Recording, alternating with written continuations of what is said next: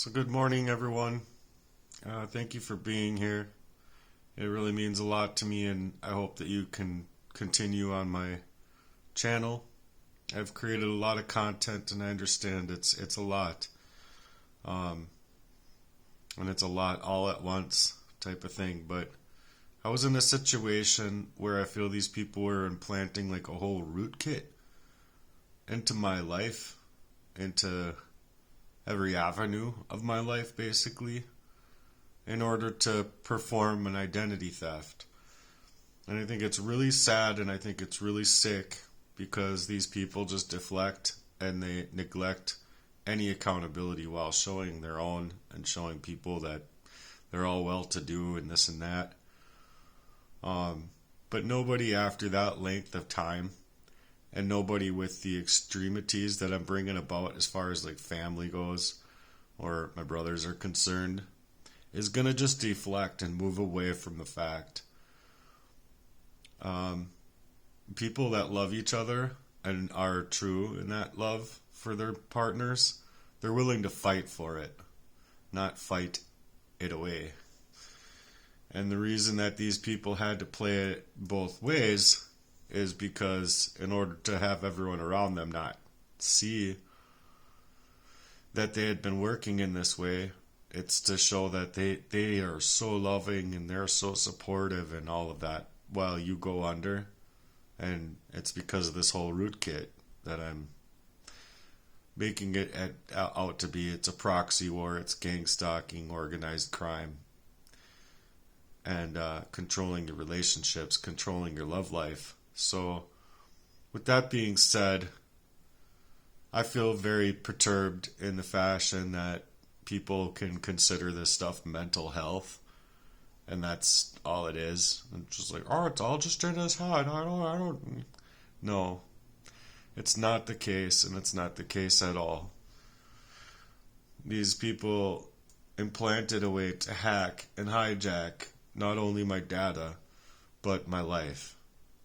Installing even things, the rootkit for inside of me would have been the poisons, the heavy metals, whatever that they could introduce into my body in order to make my reasoning skills go out the window. And even if my reasoning skills were out the window and I couldn't speak, there was a lot of reasonability going on inside of my mind for the longest time. And oftentimes I wouldn't be able to get to a pen and paper, and oftentimes those memories would wash away. I don't know if I could even write those things down. It's just a placement you're in where you have something serious to remember, like him sprinkling something over your food, and you're like walking out feeling like, dude, he totally meant for you to see that, just like in Elk River. And so it's really peculiar because you're in a situation now because you've entrusted somebody that's long taken you for a ride, and you have been knowing that you've been being taken for a ride. You just didn't know where it was coming from. So now you're discovering. Now you're being breadcrumbed, and these are huge breadcrumbs. These aren't just the little ones that we were talking about before. These are huge breadcrumbs. These are ones that are serious, life-threatening. They're going to take your life away from you. So I had to figure out, like, why would that energy be there? Like, why wouldn't there be love? Why wouldn't there be light? Why wouldn't there be communication? Why wouldn't there be togetherness or unity, wholeness? Why are all of these things just not available to you? And then on top of it, feeling like everywhere that you turn for love is being extracted. You see, either paid, or if somebody was like me and that couldn't be paid off, well, they end up dead. So, and it's just, here's just the thing. It's too often, too concerning, and too frequent inside of that energy that's created for me to just ignore it or for me to think that these things aren't happening to me for a reason, you see. And so when I think back to what happened to me as a kid and how my memories have been kind of scrubbed out from me at a young age, right? And so I got used to the silences, and it's terrible because, they blamed me. They blamed me and my mental health for what was happening, and they were the ones doing it to me. They were the ones pushing me under in that way to utilize anything that they could push me off to going to do, smoking marijuana or whatever, as if I'm the bad seed. It's all me, but they used these things. They targeted me to push me in that way, and then they'd use these things for their own benefit inside of this whole type of rootkit that they had installed in my life to perform an identity theft. And so the rootkit is these manipulationships. The rootkit is bribery. The rootkit is, my dad doing everything in his power to save his own face from what he's done. But the fact of the matter is that no one's going to surface these memories time and time again who isn't having something externally happening to them that's outsourced for them, specifically tailored to them for the activities, because their plan, a plan of somebody that's going to steal your identity, works up like a demon. They're literally taking away everyone from your life, anyone that can love you, to isolate you so that they can continue to work on you. And so this is why I think I was put up here and other places even. But this is why I think I've been going through these things, is because these people have been working up a plan literally to, when I die, they make bread. They're like concerned about, they're not concerned about me. They're concerned about getting that burial money. They're concerned about being able to get away with their insurance fraud.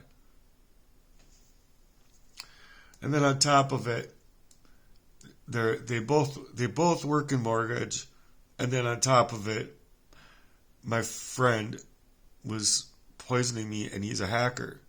Like, he got when I was homeless, he got the poison in me specifically to wipe my brain out so that he could utilize this disc or create a disc, or whatever, to get into access of my passwords and whatever else. So anything that he could store in his mind or whatever, even to utilize for his own assertion of creating this rootkit for this doppelganger to go to work mightily and extremely over my life. So that's why they need to smear campaign me, troll me. It's the same thing if I were to be like, working a paper mill or working a factory job or whatever. It's the trust that I had of the people that I should have been able to trust and love because they were coming to me to show me that they cared. But it was just to poison me and get me in a covert fashion where it was, I don't know what's going on with me, but I can't do this. I can't work. And I felt wholeheartedly each and every single time this is something happening to me, and I don't know how to pinpoint it. I know for fuck well it's not my health. After all the rollerblading and me going from, I was over 3 bills. I was a big dude. I got myself down to like 210, and then I'm like, I'm gonna get myself to my weight, what I'm supposed to be. I don't even pay attention right now. I'm probably about 2, but I did get myself down to about 185 or 180. I was trying to shoot for 160, and And that I know the way that I felt, like I was feeling good. And so with those things, you're not going to replace the work somebody does to dig themselves out from under in that way and feel good. To then say that, oh, all of a sudden just smash down every time someone comes around and, like you're being forced into a way. You're being forced into that. Your mind goes, you don't understand what's going on with you. But it's not you. And that's just the bottom line. And the furthering of the bottom line is this. Anyone that's going to placate that they love you, that you don't even have to, after all of the network marketing affairs and things like that, and they don't have actually any semblance of themselves to put themselves together to be a network marketer with you, to work with you, or anything. These people are snaking you. And you don't have these people, and they're your own brothers, to go talk to about, heartless murder that's happening to you. Okay, there's something bigger going on here when I have had questions about the contents of your character since those times, especially those times in my life where I felt you guys were snaking me out of my time and energy to do anything else.